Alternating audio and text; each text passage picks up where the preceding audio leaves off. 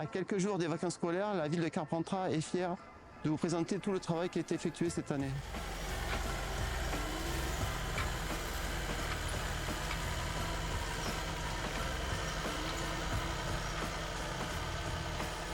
Dès le mois de septembre, la première des opérations a consisté à nettoyer les parcelles, les remettre en état, enlever le plastique qui était sur place.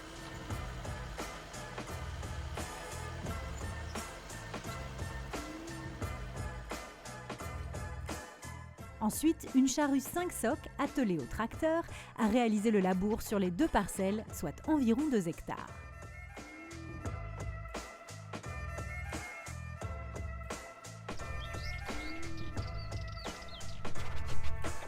Nous sommes ici à la composterie de la Cove à l'Oriol du Comtat qui nous a permis d'alimenter toutes nos terres de la régie agricole.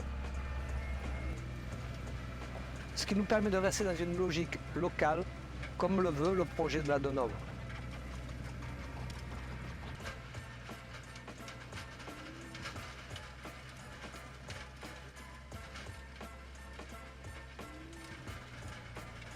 Les terres sont particulièrement argileuses et difficiles à travailler. Pour améliorer cela, 200 tonnes de compost ont été livrées en provenance de la composterie de l'Oriol du Comtat, à quelques kilomètres à peine. Un camion benne a opéré 18 rotations pour apporter ce trésor nécessaire à nos 2 hectares.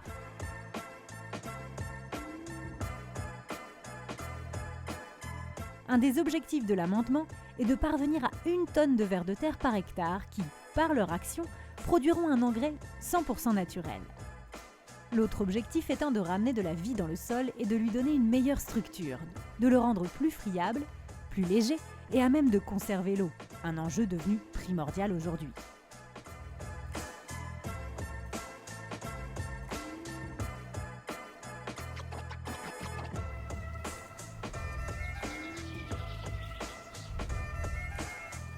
Avec le passage de la sous-soleuse, on réalise un travail peu profond pour aérer le sol, en affiner le grain, afin de faciliter le développement racinaire des cultures à venir.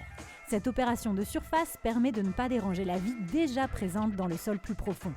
Petits insectes, micro-organismes et surtout vers de terre qui, vous l'aurez compris, sont des alliés indispensables de l'agriculteur bio. Le projet il m'a plu et c'était ce que je voulais faire moi sur mon exploitation, c'est-à-dire travailler en sol vivant, en créant des mâts, en agroforesterie. Et là, il y avait tout le projet à construire. J'ai trouvé ça très intéressant et j'ai postulé. Et comme c'est une régie agricole, c'est un statut un peu particulier. Tout sera produit pour les cantines scolaires de la mairie de Carpentras. Et du coup, pour les enfants, de bien nourrir les générations futures, je trouve ça important, voire primordial. D'un côté sanitaire, santé, éducation aussi, les éduquer au goût et aux bonnes choses.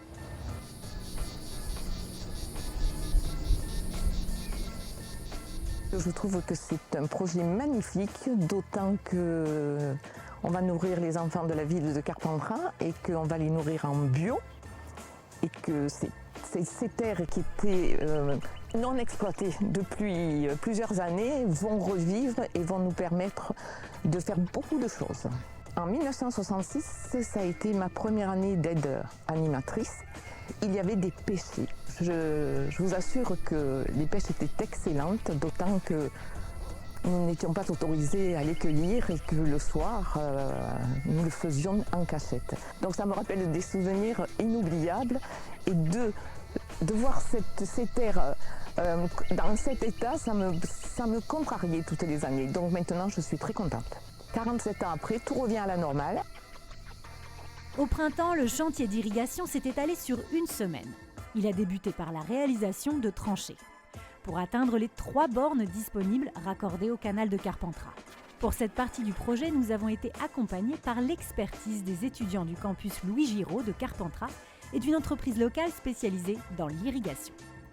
Ce sont eux qui nous ont recommandé planches permanentes, goutte à goutte, débit adapté à la surface totale, tout cela en prenant en compte la montée en puissance du projet prévu pour les 3 années à venir. Et aucun risque que le système d'irrigation se bouche à l'avenir, puisqu'un système de filtration donnant une eau sans particules a été installé.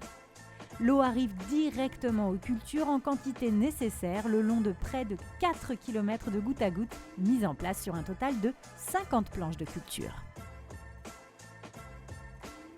Toute la difficulté réside dans le fait de faire correspondre le temps agricole et le temps scolaire, de développer la quantité de plants nécessaires pour être en mesure de fournir les cantines. Il a fallu trouver les variétés les plus adaptées pour chaque espèce de fruits et de légumes, en fonction du calendrier et de la rotation des cultures, saison par saison. Le passage de l'enfouisseur permet de monter les buttes en place, de casser les mottes et d'obtenir une terre plus fine, et donc plus propice au développement végétal. Le but, c'est de réaliser les 25 planches permanentes prévues et de ne plus intervenir en profondeur.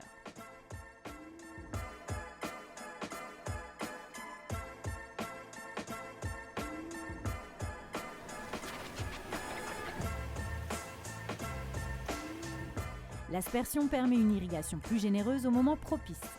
Elle participe du bon démarrage des cultures plein champ, en remplacement ou en accompagnement du goutte à goutte déjà mis en place pour assurer la survie notamment des tomates ou des courges lors de pics de chaleur.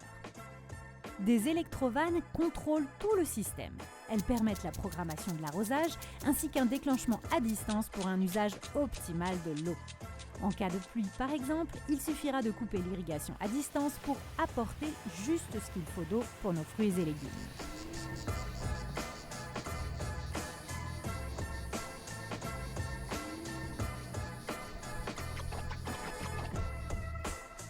C'est bien beau de faire pousser. Il faudra ensuite tester le fonctionnement en direct avec la cuisine centrale municipale qui produit les 1600 repas quotidiens. C'est là et seulement là que nous pourrons nous targuer d'avoir un processus de la terre à l'assiette en place sur notre commune. Donc voilà, c'est la parcelle de la Dénove, la première parcelle qu'on a mis en culture.